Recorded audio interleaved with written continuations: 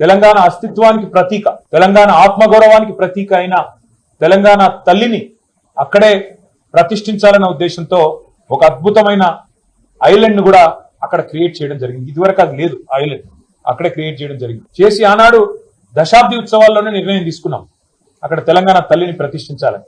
కానీ ఈరోజు కాంగ్రెస్ పార్టీ ఎంత కుసంస్కార పార్టీ అంటే, ఆ ముఖ్యమంత్రి జై తెలంగాణ అన్నాడు, అంబేద్కర్ విగ్రహానికి దండయ్యాడు, 125 ఫీట్ల ఎత్తుల్లో ఉండే అంబేద్కర్ విగ్రహాన్ని కనీసం స్వతంత్ర దినోత్సవం నాడు కానీ 14 ఏప్రిల్ నాడు ఆయన జయంతి నాడు కానీ కనీసం అక్కడ లైటింగ్ ఏర్పాటు చేయరు, కనీసం పరిశుభ్రత కూడా పాటించరు.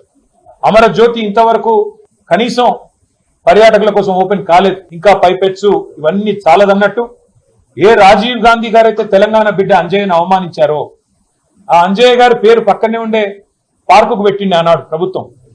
కానీ అంజయ్య గారి పేరు పోయింది, అది లుంబిని పార్క్ అయింది. ఇప్పుడు ఏ అంజయ్య గారిని అయితే అవమానించిన వ్యక్తి ఉన్నారో ఆయన విగ్రహాన్ని తెచ్చి మా నెత్తిన రుద్దడం అంటే ఇది ఎంతవరకు న్యాయం అని చెప్పి వాళ్ళు నేను మా పార్టీ తరఫున అడుగుతా ఉన్నాను. మేము 10 ఏళ్లు చాలా సంస్కారవంతంగా వ్యవహారం చేసాం. రాజీవ్ ఆరోగ్యశ్రీ అనే పథకం ఉంటే దాని పేరు మార్చలేదు, అట్లే కొనసాగించాం.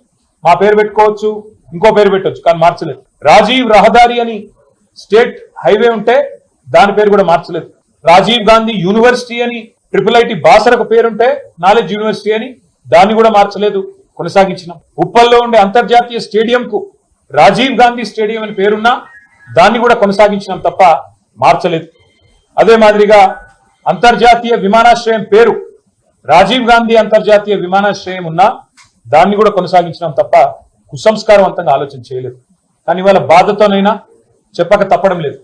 మీరు తెలంగాణ తల్లిని అవమానించిన తర్వాత, తెలంగాణ అస్తిత్వానికి ప్రతీక అయిన మనందరి తల్లి లాంటి తెలంగాణ తల్లిని మీరు అగౌరవపరిచిన తర్వాత తప్పకుండా ఈ మాట బాధతోనే చెప్తా ఉన్నాం.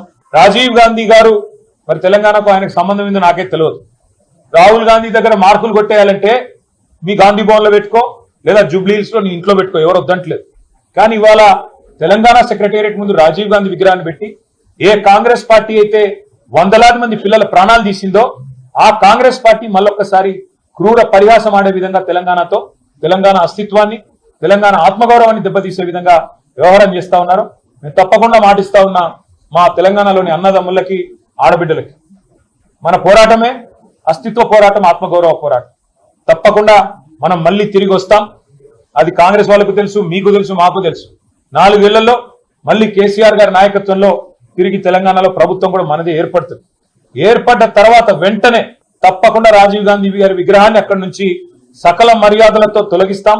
అక్కడి నుంచి కాంగ్రెస్ వారు ఎక్కడికి కోరుకుంటే అక్కడికి తరలిస్తాం. అక్కడ మాత్రం ఖచ్చితంగా తెలంగాణ తల్లి విగ్రహాన్ని పెడతాం.